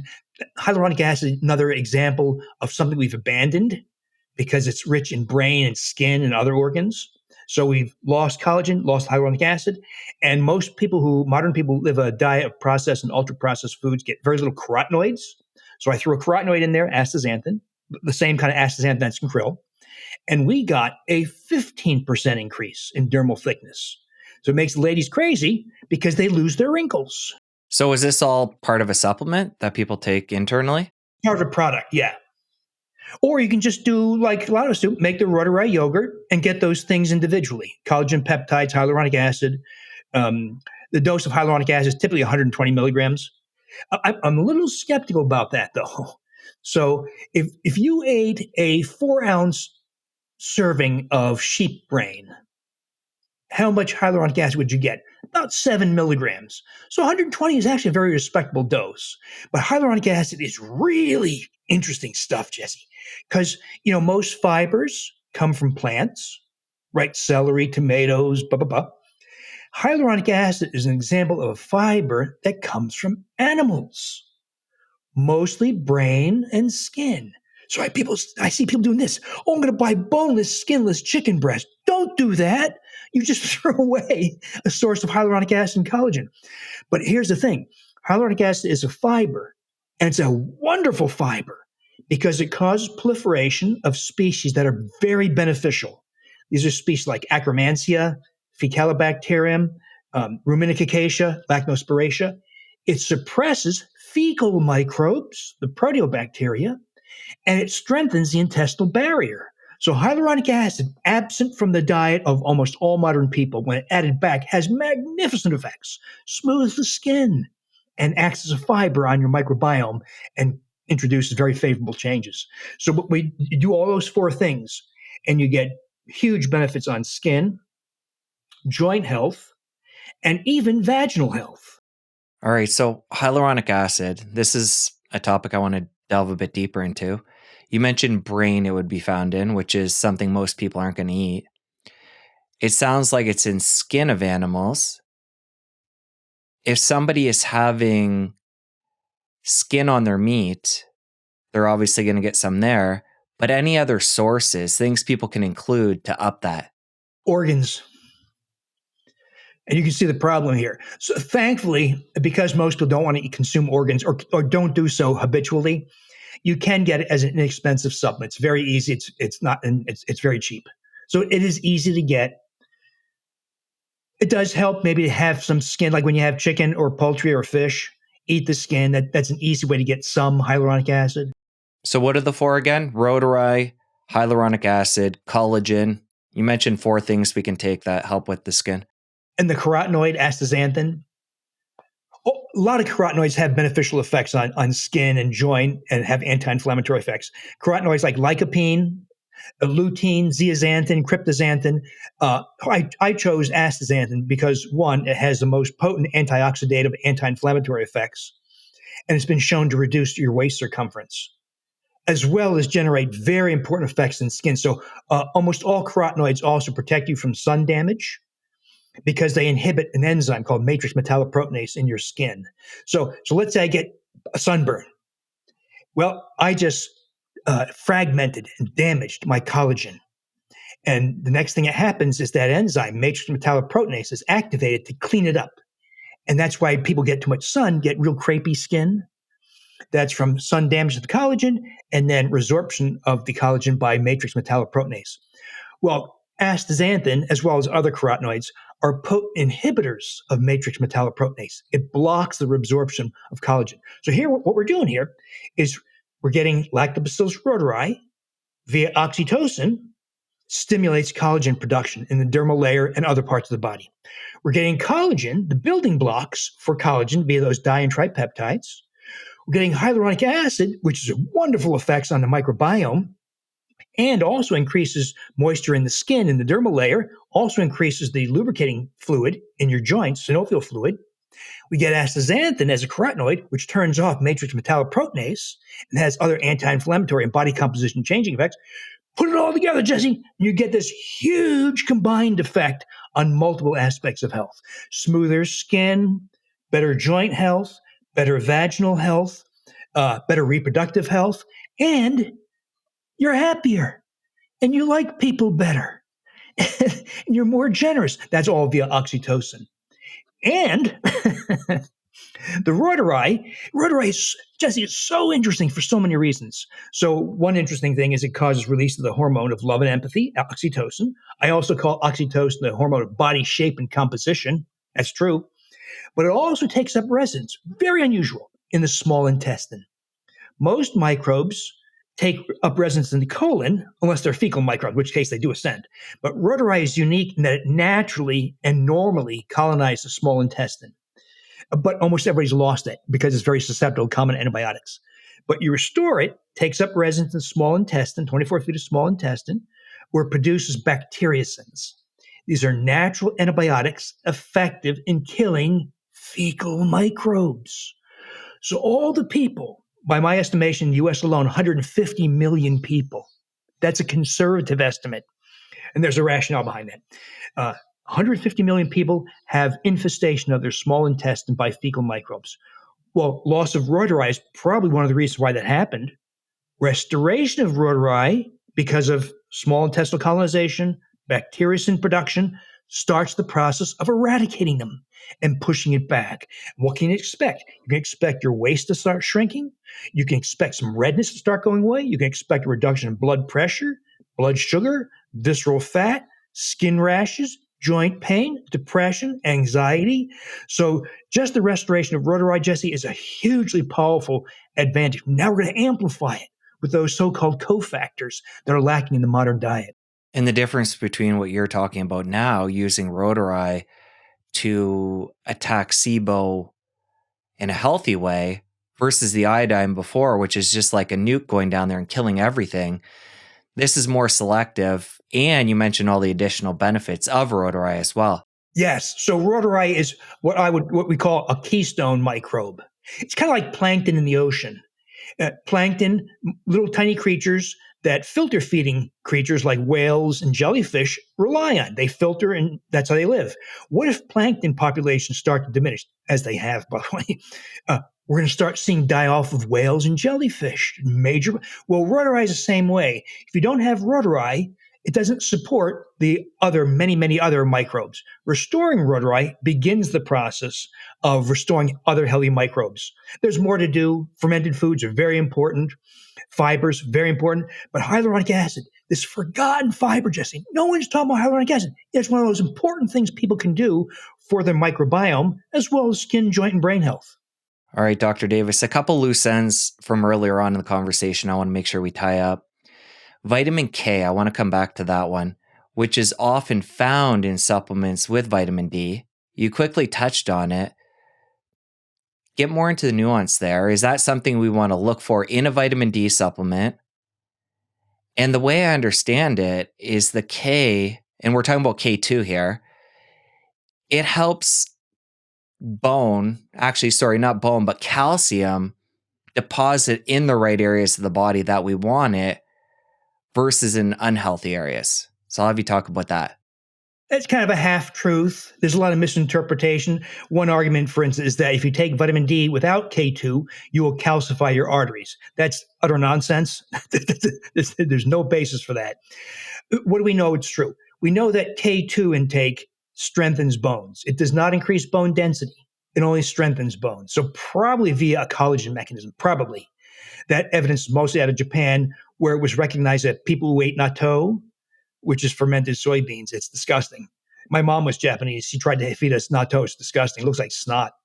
But it's rich in K2, in the MK7 form of K2. And the evidence is pretty good that it does increase bone strength, though it does not increase bone density. Now, there was a study called the Rotterdam Heart Study. It came out about 15 years ago, where they did this. Jesse, did you eat any cheese on Monday? You say, I had 2 slices of cheddar cheese on my sandwich. How about Tuesday? I had some mozzarella cheese on my pizza. And we quantify how much K2 are in those foods. Then I contact you in 5 years. And I say, Jesse, have you had a heart attack? You say, no, I haven't. Or yes, I have. And then we relate it back to that intake. That kind of study, observational epidemiologic study, is very sloppy. It is the basis for almost all dietary guidelines, by the way. That is, I say, Jesse, what'd you eat for breakfast on Monday? I had a bowl of oatmeal with a banana. What'd you have for lunch? I had a bologna sandwich with mustard and cheese on 2 slices of whole grain bread. What'd you have for dinner? Right? Do that for 5 days. I contact you in 5 to 10 years. And I say, did you have colon cancer or heart disease or whatever? And then we try to relate it back to the 5 days of dietary questionnaire. Now, wait a minute here. In the years since you filled out that questionnaire, you got divorced and you drank too much. And then you did a cleanse. Then you fasted 14 times. And then you went on a binge, on an all-you-can-eat vacation. Then you got depressed and you ate fast food for 3 months solid. And in other words, all kinds of crazy stuff happens to humans. And you're going to predict your future by 5 days of what you ate 10 years ago? That's how they develop dietary guidelines. Well, that was the Rotterdam Heart Study. And 4,700 Dutch people, and they quantified K2, presumptive K2 intake via questionnaire. And then they said people who had greater K2 intakes had 57% reduced heart attack. So that's very bad evidence, very sloppy evidence. And so far in prospective studies, it's not held up. So it's probably not true. But here's another aspect of K2. So modern people have disrupted their gastrointestinal microbiome. Well, do microbes produce vitamins? They do. They produce the good microbes, not the fecal microbes, not the proteobacteria, but the ones you want. They produce vitamins B1, B2, B3, B5, B7, B9, B12, and K2. Isn't that interesting? So the apparent need for K2 is probably really a reflection of dysbiosis in the colon or SIBO in the small intestine. So there's no harm in taking K2, like maybe 180 micrograms of the MK7 form like natto, or, by the way, fermenting with Bacillus subtilis. It's not quite clear. So the microbe used to make natto is Bacillus subtilis, subspecies natto. But you can get Bacillus subtilis. I have some fermenting on my kitchen counter right now. I got it from kombucha. I bought a kombucha that was made with Bacillus subtilis, and it makes a delicious sparkling soda out of juices. So it takes a juice, hot sugary juice, gets rid of the sugar because the microbes process the sugar, and you get an effervescent sparkling juice out of it. It takes about 60 hours at 90 degrees, by the way. Now, one thing we don't know is what other strains of Bacillus subtilis produce K2. So I'm not sure I'm getting K2 from that juice. At some point, I should do that. We should measure K2 in it. But you can just do that also. So you don't have to buy an expensive supplement, but you can. There's no harm in doing it. But I'm a little bit skeptical, given what's known about K2, that it has any cardiovascular benefits. And you mentioned MK7 being the form to look for. There are different forms. Are there any value to the other ones, or is MK7 the only way to go? MK4, MK9, MK10, that just refers to the length of the tail on the molecule. They do have benefits also, but some of them, like MK4, is very short acting. So you can take MK4, but it only provides an effect for about 3 hours. The MK7 provides an effect for about 3 days. So the MK7 is just more resistant to metabolism and more dirt. So if you're going to get K2, you want to get the MK7 form. Okay, so bottom line for somebody going out to buy vitamin D, do they want, if both options are there with K2 or not, would you pick the K2 one? I think if you're a woman at risk for osteoporosis, it's a modest advantage to get the K2.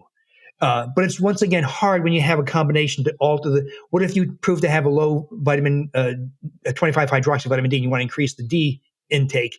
You got to take the whole thing, right? You can't really adjust them individually. But beyond that, there's no harm in taking it with the K2. All right, another piece I want to come back to. Early in our conversation, we were talking about LDL, how traditional LDL testing, there's no value there.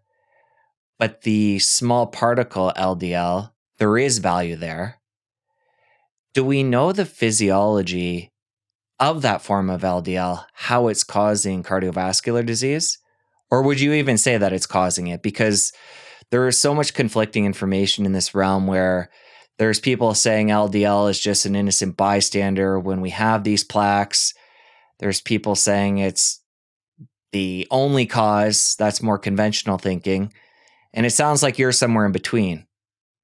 So I'll have you talk about physiology there with the small LDL and what's actually happening.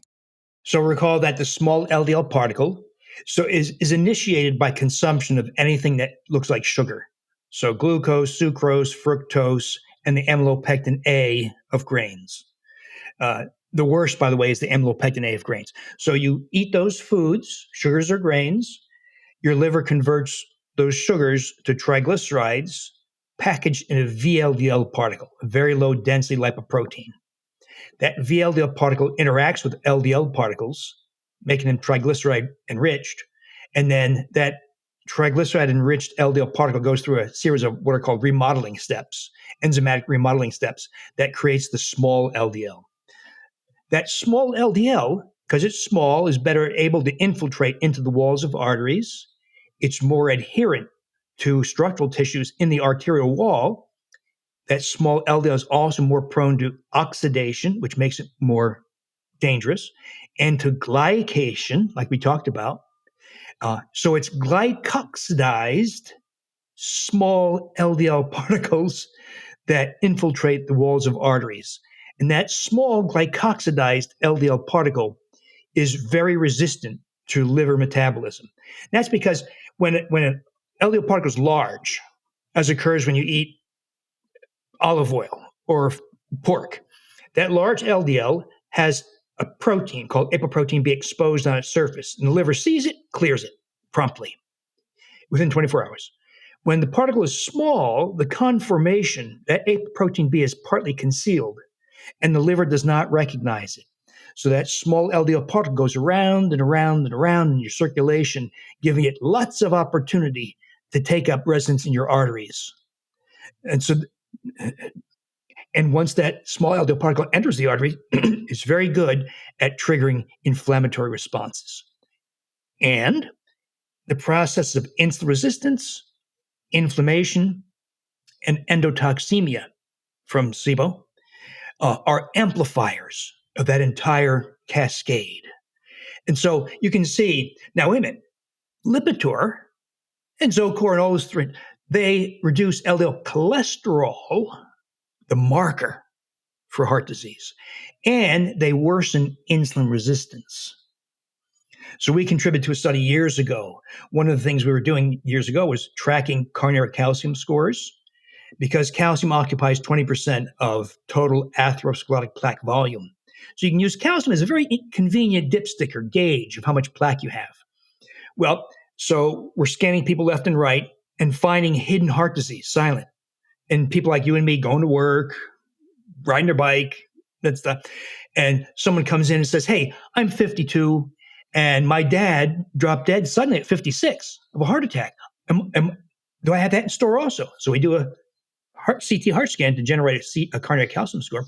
And his score, let's say, is 400, which is a high score. Normal is 0. And we help publish these data. If you do nothing, a score of 400, year later is 500, 25% higher. Year later, 625 or whatever, 25% per year. And every year you're closer to dying, having a heart attack, sudden cardiac death, right? Well, we did this. What if we put you on baby aspirin, a high dose of a cholesterol drug like Lipitor 40 milligrams, cut the fat and saturated fat in your diet, and had you exercise? How fast does that score go up? 25% per year. It has no impact whatsoever on that measure. That's what led me down this path, Jesse, because I started asking, well, if I got people freaking out on me, what can we do? Well, that's where vitamin D, huge effect. Calcium scores did this. Omega-3s, elimination of the small LDL particle via wheat, grain, and sugar avoidance. All those things came from trying to figure out how to put a stop to the progression of heart disease. For somebody right now that wants to see where they're at on that continuum of heart disease, is the CT scan of the coronary arteries the gold standard to assess? It is. It has been for about 30 years. When we first started doing this 30-some years ago, we got a lot of skepticism, but the science has become very clear. It is. So if I said your cholesterol is 240, are you going to die of a heart attack tomorrow? In 10 years? You have no idea. It's a lousy predictor. What other gauge is there for your potential for heart attack? Well, the best by far is a coronary calcium score. If your score is 0, your risk for heart attack is virtually 0. I say virtually because this can sound crazy. I can't stop you from using methamphetamine or crack cocaine. People do crazy things, right? But for all practical purposes, score is 0. 0 risk for heart attack and other cardiac events. What if your score is 700 and you allow it to go up 25% per year? Your risk is really high. You're virtually guaranteed you die or have a heart attack within 5 to 6 years. What if your score is 700, but you did vitamin D and eliminated wheat and grains and sugars, eliminated small LDL particles, and got omega-3s at a healthy level, got iodine, your thyroid, and address your SIBO, and your score is now 500. So it's a high score still. What's your risk for heart attack or death? Virtually 0. So you don't have to get back down to 0 to be safe. You just have to keep it from going up like that, as it does on Lipitor, baby aspirin, and a low-fat diet. And when it comes to that score, is that looking at hard and soft plaque? So critics who don't understand the science will say things like this. Well, we don't care about hard plaque. We care about soft plaque. Well, calcium is an index of total plaque. My friend John Rumberger, when he was at Mayo Clinic, developed the science behind this. He showed that calcium is an indicator of total plaque in all its elements: soft elements, fibrous elements, calcified or hard elements. So it's a way to track total plaque. I will tell you this though: in the number of years back, I was trying to figure out a way to keep that from happening, make it do this instead. The first time it happened, a guy had a score of like, I think 700, and then he came back and scores like 350. I said, no way. So I went back, put the scans up side by side. We measure calcium because it's easy to see and quantify precisely, down to tenths, even hundredths of a millimeter. But you can still see those soft elements, and you could see that the entire plaque had shrunk dramatically. And so I know we've done this over and over and over again. I published some of those data. You can reduce cardiac calcium scores, and it has nothing to do with reducing cholesterol, has nothing to do with statin cholesterol drugs, has nothing to do with all those things they focus on, but it has to do with things like wheat, grain, sugar avoidance, vitamin D, all these things you're familiar with, omega-3 fatty acid, iodine, addressing your bowel flora. All right, so a CT scan of the coronary arteries can detect soft and hard plaque, correct? Or total plaque. It's an index of total plaque. Which is just a total of the two together, right? Like when you check your oil in your engine and it shows you have 1 inch of oil. Do you really have 1 inch of oil? No, you probably have 4 or 5 quarts of oil, right? So calcium is kind of the dipstick for total atherosclerotic plaque. Okay. Just to get into some nuance here, do you feel like the soft plaque is more dangerous than the hard plaque? Oh, there's no question. There are conformations, there are shapes of atherosclerotic plaque that are more rupture prone. That's what we're talking about here.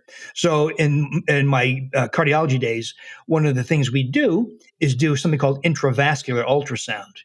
What that means is you pass an ultrasound probe down into the coronary arteries and you map out its contours. You can see where the calcium was, you can see where the soft elements were, you can see where the cap was, you can see all incredible detail.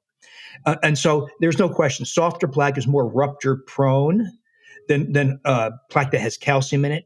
But the truth of it is, and this comes from years and years and years of mapping people's arteries out, plaque is a whole bunch of crazy things.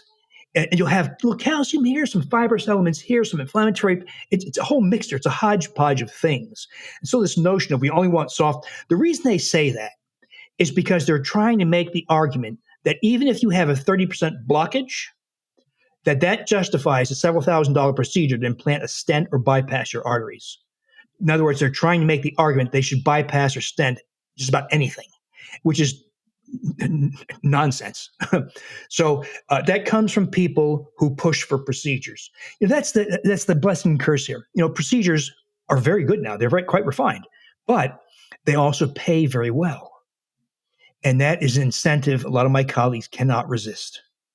And so they'll stent or bypass almost anything. And that means a lot of procedures. It's hard to get a fix on this. There have been some analyses that suggest about 30% of all heart procedures are unnecessary. I think that's probably accurate, maybe a little more than that. But there's a lot of, because it pays so well, Jesse, it's just pure. If it didn't pay so well, if you got paid $10 to put a stent in, no one would be putting in stents. All right, so give me the bottom line on all this. What's the number we're looking for? And it sounds like this number does encompass soft and hard plaque. Yes. So calcium score is an index of total plaque. And you can reduce that score very easily.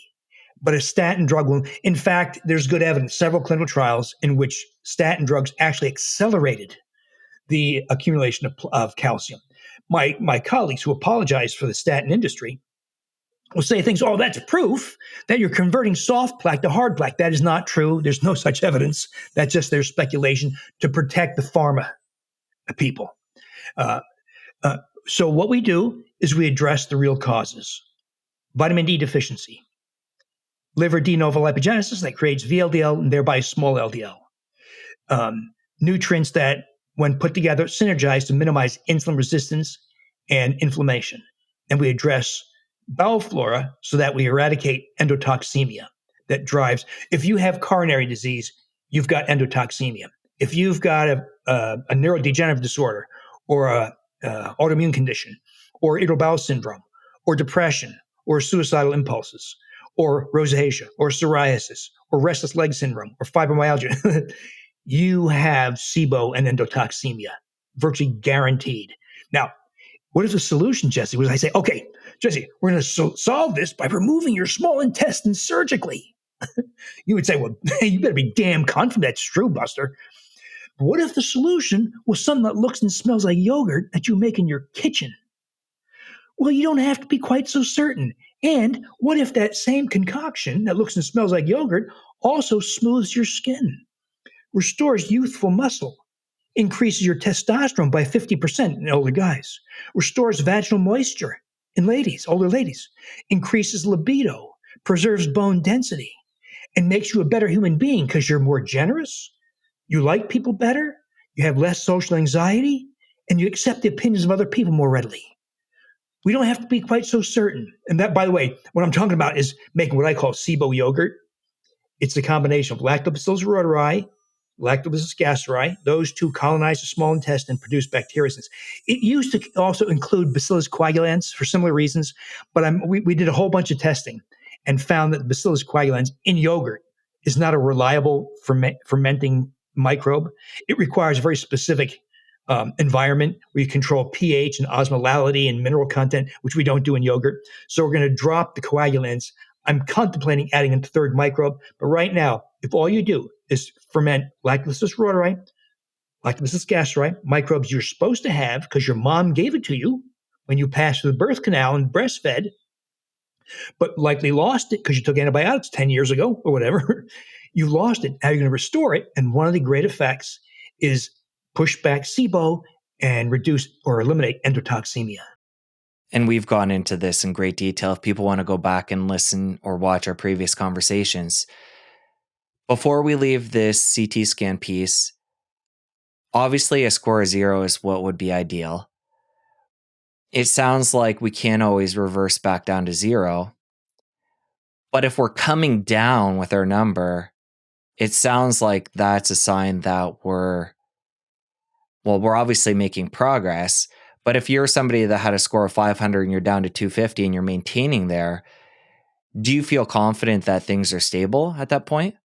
Yeah. So what you're doing is stabilizing plaque.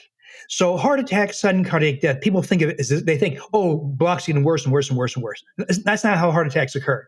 Heart attacks occur from a minor plaque, maybe only blocks 30% of the diameter, that ruptures like a little volcano, and that triggers blood clot formation. And so that's how heart attacks occur. So when we have a drop in a cardiac calcium score, we're achieving stabilization and reduce the potential for plaque rupture. So when you have a score that's not changing or that's reduced, the heart attack risk is virtually 0. And once again, I say virtually because I can't stop you from taking methamphetamine or crack cocaine. No, perfect. Important we get into the nuance there. And last piece with cholesterol, the small LDL. Do we know for certain if it's causative when it comes to heart disease? Or does there need to be another insulting factor for it to go to that site of injury and then progress things? Basically, just want to get to the distinction here, whether we think that it's part of the problem once there's already a problem, or is the small particle LDL the actual initiator? It is the actual initiator. Well, we should say small LDL is a product of carbohydrate consumption magnified by insulin resistance, inflammation, and endotoxemia. So that's why we address all those things. And then when you do that, small LDL typically drops from, say, 2,000 nanomoles per liter to 0. So we're not talking about like, oh, it's 30%, but no, most of the time you've eradicated it. Now, great things happen. So when you look at LDL cholesterol, does it have other things that occur with LDL cholesterol? No. There's nothing else that tracks with LDL cholesterol because it's not a real number. It's a fictitious number. It's obtained by something called a Friedewald calculation. Small LDL, if you have, let's say, 1,800 nanomoles per liter small LDL, what else is evidence that something's wrong? Well, your HDL is low, maybe 32. It's also abnormally small. You have too much VLDL and triglycerides, so high triglycerides. My definition of high, by the way, Jesse, is anything above 60 milligrams per deciliter. The lab says 150, but you now know labs are full of nonsense a lot of time because you can still have a fatal heart attack from that triglyceride level at 130. So we aim for 60 milligrams or less. So small LDL co-occurs with low HDL, small HDL, ineffective protection, more VLDL, higher triglycerides, higher C-reactive protein, higher blood pressure, higher blood sugar, higher hemoglobin A1C.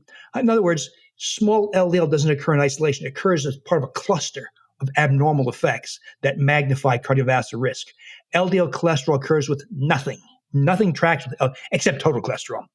But none of those other measures, nothing correlates with LDL cholesterol. So, but it pays well. The LDL cholesterol reducing franchise, statin drugs, PCSK9 drugs, all that stuff, pay huge amounts of money. And just a few years ago, it wasn't uncommon for a pharma to make many tens of billions a year. And so that's because it pays so well, that's where all the attention is focused. Even though you see, the great thing about this, that's the bad news. The good news is you, your family, your listeners have magnificent control over cardiovascular risk. And sadly, the last person to ask is the cardiologist or the general practitioner or the primary care doc. They don't know. All right, Dr. Davis, we're going to end on this. Earlier, you talked about the spiking of blood sugar and the glycation and the problems that brings. This gets me thinking about controlling blood sugar spikes with this new natural sweetener. I shouldn't say new, but something that's really blowing up in the natural health world, allulose. How do you feel about that for controlling blood sugar and controlling appetite as a GLP-1 agonist? And then we'll flip into the drugs that are being used in that realm as well. Allulose, wonderful sweetener. I know of no ill effect. It may even actually amplify loss of subcutaneous fat. There are three compartments of fat. There's subcutaneous beneath the skin. So people with big buttocks or thighs, that's mostly subcutaneous. Then there's abdominal visceral fat. That's the fat encircles the abdominal organs, a much more problematic form of fat because it causes insulin resistance and inflammation. And then there's this recently recognized process called ectopic fat. That's fat in other organs where they're not supposed to be, like fat surrounding the heart, epicardial fat or pericardial fat. There's fat in the pancreas that can kill off your insulin producing cells, the beta cells. There's fat in your kidneys, which can give you kidney disease and hypertension. There's fat in your joints, like hips and knees. And when that happens, it accelerates the breakdown of your cartilage. So ectopic fat, very, very bad. Those are three kinds of fat. Allulose seems to have this peculiar ability to specifically target subcutaneous fat. Don't know why. So it's a great sweetener, as is monk fruit. Stevia is pretty good. Now here's something to bear in mind for your listeners. When you go wheat and grain free, people say, I have a sweet tooth. I say, no, you have a wheat tooth. I say that because it's the gliadin protein in wheat and related proteins in other grains like seclin and rye and hordein and barley and zein and corn that upon digestion form opioids. These are 4 or 5 amino, kind of like collagen, but these are 4 or 5 amino acids along different structure. And they're resistant to human digestion and they cross into the brain where they have opioid effects. But they don't make you high. They stimulate appetite. So people who consume grains tend to have a much more of a sweet tooth. Also, another driver of sweet tooth is fungal overgrowth in the colon and or in the small intestine. It's the weirdest thing. Fungi love sugar. That's why diabetics who have high sugar levels in their skin, and their saliva, and their urine, and they're everywhere, typically have fungal infestation everywhere. Skin, groin, under the breasts, and the hair, and the ears, because they're sugary, and fungi love sugar. But somehow fungi have evolved to produce some metabolite, no one knows what metabolite, that sends a signal to your brain to eat more sugar. So they somehow have evolved to produce a metabolite to direct your eating behavior. So if you go wheat and grain free and then cultivate microbes like rotari and also address the fungal overgrowth, you start to recognize you have magnificent control over appetite. And the desire for sweetness almost goes away entirely. So in the early days of Wheat Belly, for instance, I had all these recipes for cornbreads and cheesecake and cookies and pies. To replace all those things, we'd make it with stevia and monk fruit and those kinds of things. And as time goes on, for a lot of us, we don't need that stuff anymore. Maybe once in a while, maybe at Thanksgiving or other holidays, or maybe you're having a football party and you want to serve something. But outside of that, or you have kids and grandkids who still expect those kinds of things. But for most of us, all those needs go away. But you're right. Allulose, good sweetener, monk fruit, stevia, some others. All right, now let's pivot into Ozempic, semaglutide, these drugs that are exploding right now in the conventional realm to help with weight loss. Tragic, Jesse. Horrible. The FDA should never have approved those awful class of drugs. So let's say your wife pays $12,000 for a year's worth of Wegovy. She endures all the side effects. Hopefully, doesn't die of a bowel obstruction or something. But she loses 40 pounds. Of the 40 pounds lost, 10 pounds is muscle. 30 pounds is fat.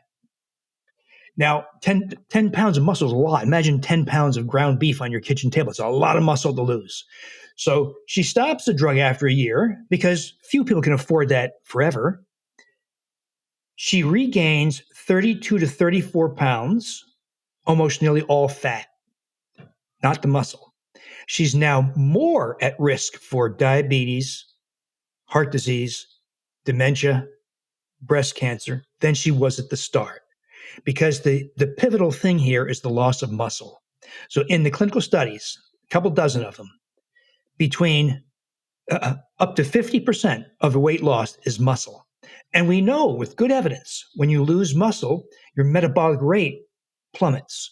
So for instance, the so-called Biggest Loser study, they took a bunch of people who are graduates of the 8th season, like Danny Cahill. I talked to him. He started at 430 pounds. Jesse, he lost 239 pounds in 7 months. I mean, wow!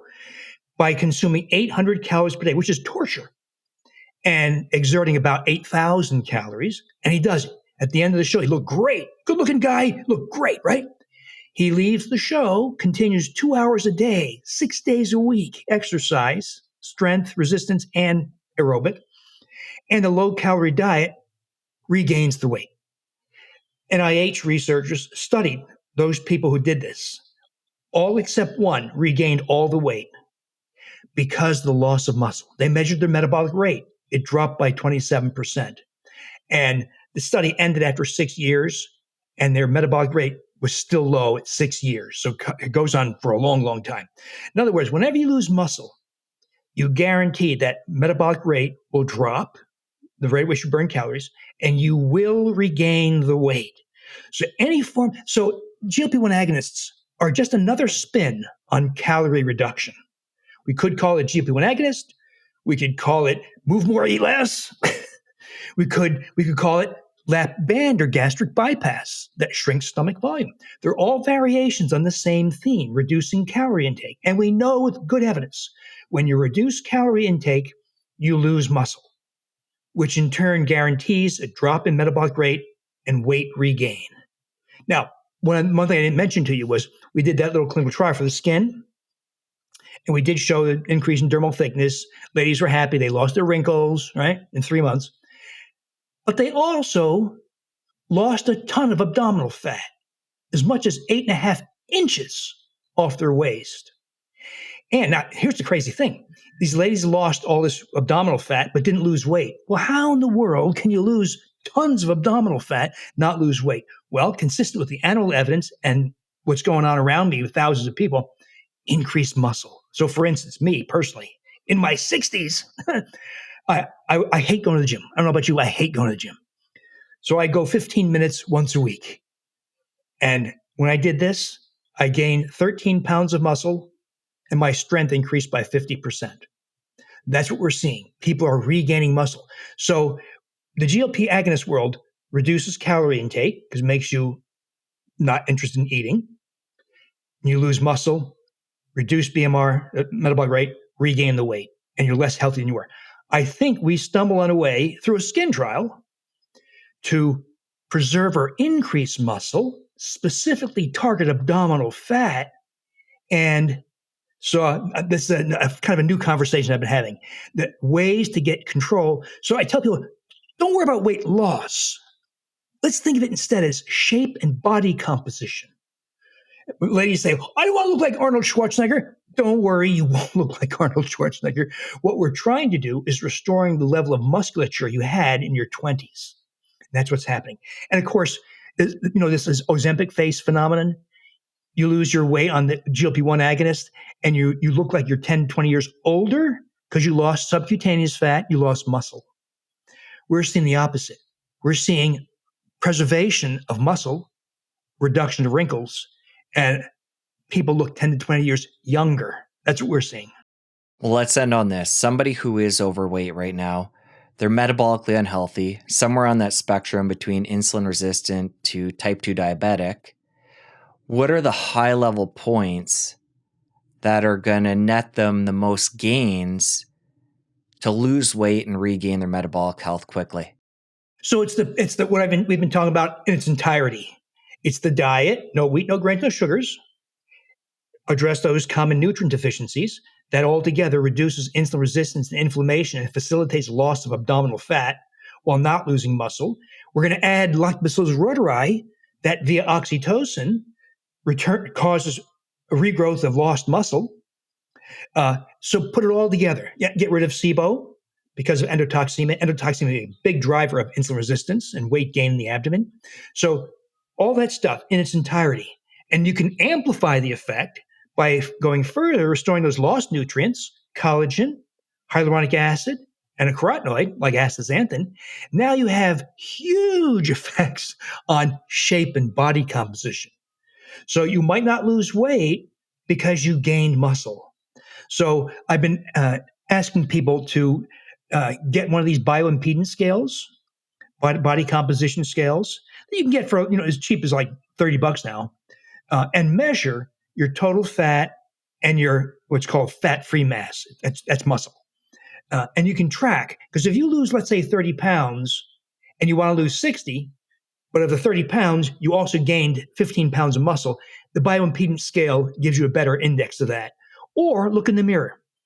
Ladies say this to me, I'm doing the yoga, doing all this, and I gained 8 pounds. What's going on? I tell them, well, look in the mirror. What do you see? Well, my waist is smaller, my buttocks and thighs are smaller, and my shoulders and arms seem firmer. My neck is firmer.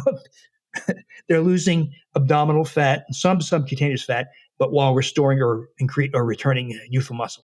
All right, that's perfect. We covered a lot in the conversation, so going really high level at the end, just to summarize, is great. And Dr. Davis, we're going to link up your website, your social media, all your books, including Super Gut, your latest book, in the show notes, and really enjoyed the conversation. Thank you.